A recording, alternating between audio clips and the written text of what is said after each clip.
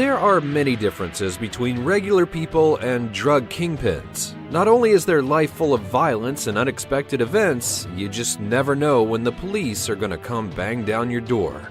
Their homes are also, well, a little bit nicer looking than ours. People call it narcoarchitectura, the drug lord architecture.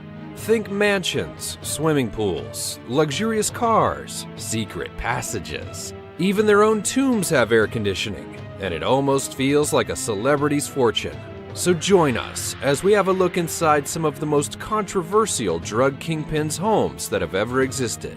Oh, and a word of advice, kids. Don't do drugs. Joaquin Guzman. Joaquin Guzman, also known as El Chapo, is among one of the most known drug kingpins, and the public has been trying to have a peek into his home for many, many years. It finally happened after his last arrest in 2016. But why did it take so long? Well, Guzman escaped from a high-profile prison twice, and if you're not familiar with the story, he was the leader of the powerful criminal organization known as the Sinaloa Cartel, and many call him one of the biggest drug lords of our time. He was also named as one of the richest people on Earth. His net worth are in the estimates of around $1 billion. Now, his house is quite unique, ordinary looking on the outside, but features a dressing room with a mirror, which leads to a secret doorway, leading to a tunnel down to the city's drainage system. This is where he managed to hide before he was recaptured. And that's not all. After the police raided his home, photos from the inside of the mansion were posted online, and it might surprise you just how much stuff Guzman actually owned. The police found a hot tub located in a man-made cafe in the tunnels. El Chapo also had plenty of stolen art in his possession, as well as exotic animals in his zoo. Just imagine what it would be like if you owned a Black Panther. He also had a bunch of weaponry and plenty of cash like any good drug lord would. And it was spread out everywhere. It must be a real struggle when you have so much money that you're not really sure what to do with it, so you just pile it up all over the place. Although he had paid off local officials and military commanders, the neighbors ended up ratting him out, and his mansion was raided on January 8th of 2016. Which leaves you to ask yourself, how well do you really know your neighbors? Rakesh Yeote Saran.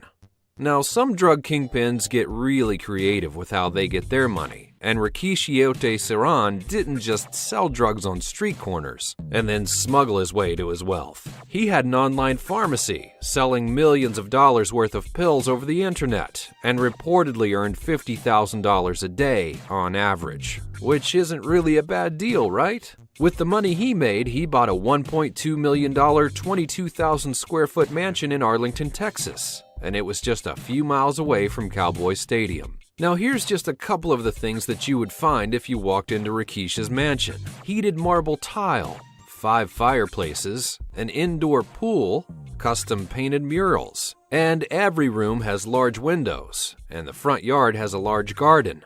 The mansion itself has 7 bedrooms, 4.5 bathrooms, a home theater, a sauna, a dance studio, and a private library. Not too shabby for a drug kingpin.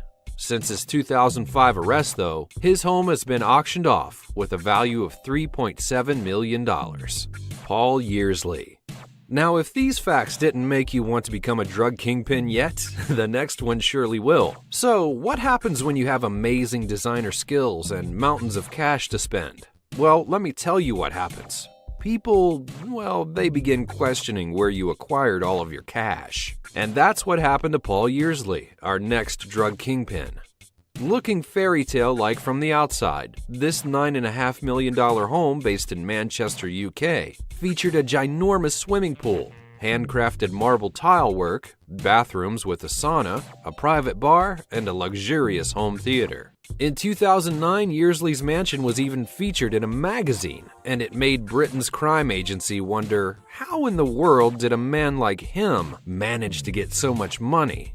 The guy was a neighbor to soccer stars, and he claimed that he got the money from selling homes to footballers, and that he was a property tycoon. But there's more to his money, as it turns out. Yearsley was a drug lord, and he even admitted to supplying 330,000 British pounds worth of weed. Now, that's a whole lot of weed. and his home is on sale for half the amount that he bought it for, due to the ongoing maintenance that's required. Now here's a lesson learned, kids. When you acquire illegal money, try not to brag about it and have photo shoots of your house in a magazine, because you just never know who's watching. And if nothing else, karma will eventually come to get you. And now a comedy break. Hey kids, do you want to hear a joke? Justin Bieber. Haha, just kidding. But it's relevant to our next drug kingpin, as weird as it might sound. Luciano Pezzo.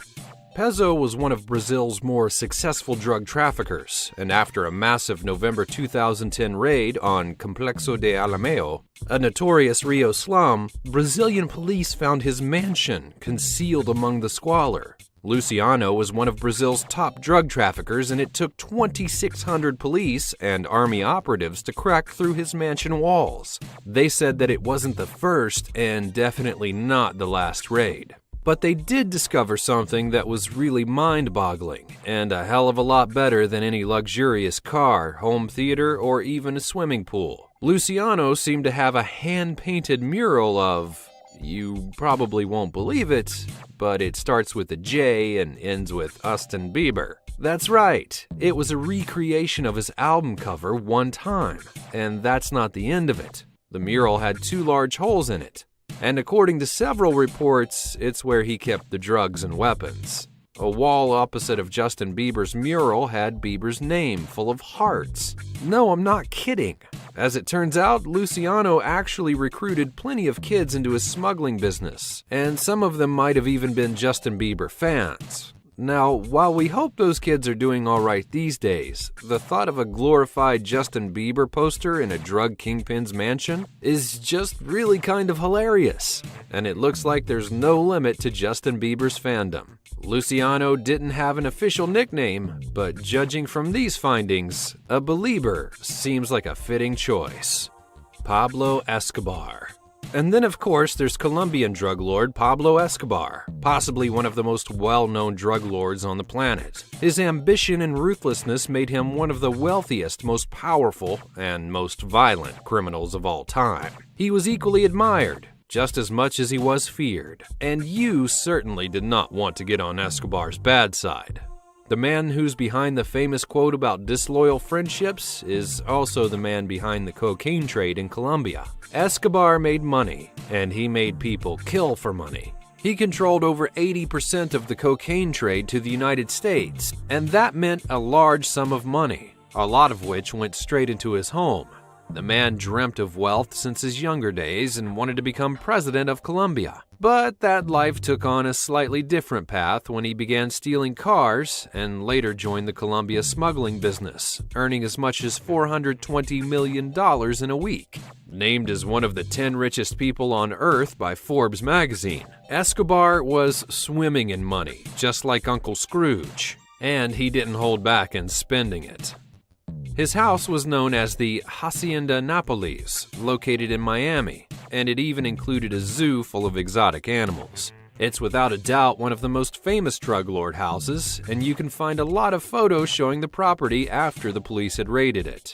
Escobar also owned several luxury cars, and his estate even had a bull ring along with a kart racing track. Although we can't really imagine Escobar jumping into a go-kart. He even had a private runway for his planes so that he could make his drug smuggling job even easier for himself. Over the years, many entertainers as well as models and celebrities flew to his house to hang out with Pablo, and he was well known in every business imaginable. And upon his arrest, the government, for some reason, allowed Escobar to build his own luxury prison, which he named La Catedral. His employees were his guards, and the prison had a casino, a spa, and a nightclub. So it seems as though this drug kingpin did really well for himself. After his arrest, the estate was so hard to maintain that the government donated the zoo to the Colombian and international zoos after his death.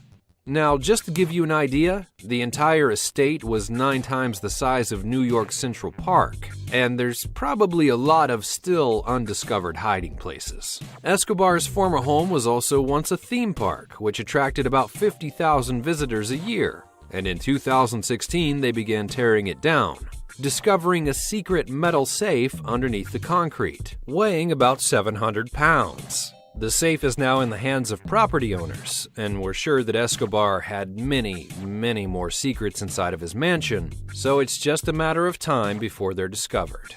And now for an honorary mention. Tony Montana's Scarface Mansion. Sure, Tony Montana is a fictional drug lord, but his house was so impressive that we've added it to our list. The 10-acre property is real, and the mansion itself has about 10,000 square feet and is still on the market for $35 million. The price seems so extreme that no one is really willing to go for it. The mansion was built in the early 1900s, but has since been renovated. The front yard features fountains and plenty of Persian-style architecture, while the rest of his bedroom property has more of a modern decor, with mixed Roman and Middle Eastern influences. The rear of the house is just as fabulous as shown in the Scarface wedding scene. It's a paradise to live in, and not just for drug lords. And certainly some drug lords just weren't lucky enough to own a home, although we're sure that they'd look fabulous. Perhaps those like the famous Queen of Cocaine, Griselda Blanco, Daniel Barrara, who burned his own fingerprints to become untrackable, or George Jacob Jung, also known as El Americano. And the list of drug kingpins just goes on and on and on. And although the secrets of their living conditions have not yet made their way to social media, we're sure that the police have seen plenty of mysterious things during their raids. So the question on my mind is, what would you buy if you had all of that money? Let me know in the comments below. And while you're here, be sure to check out some of our other videos on prisons and drug kingpins, and subscribe for more in the future. Thanks for watching. Now, this granny's got more than just butterscotches and tissues in her purse. And that smell? Well, it's not her dental cream. It's the rank odor of crime. Darlene Mays, a 75-year-old grandmother living in Veneta, Oklahoma, puts most drug dealers to shame. Police had an inkling that this little old lady was doing something illegal, but when they raided her home in April of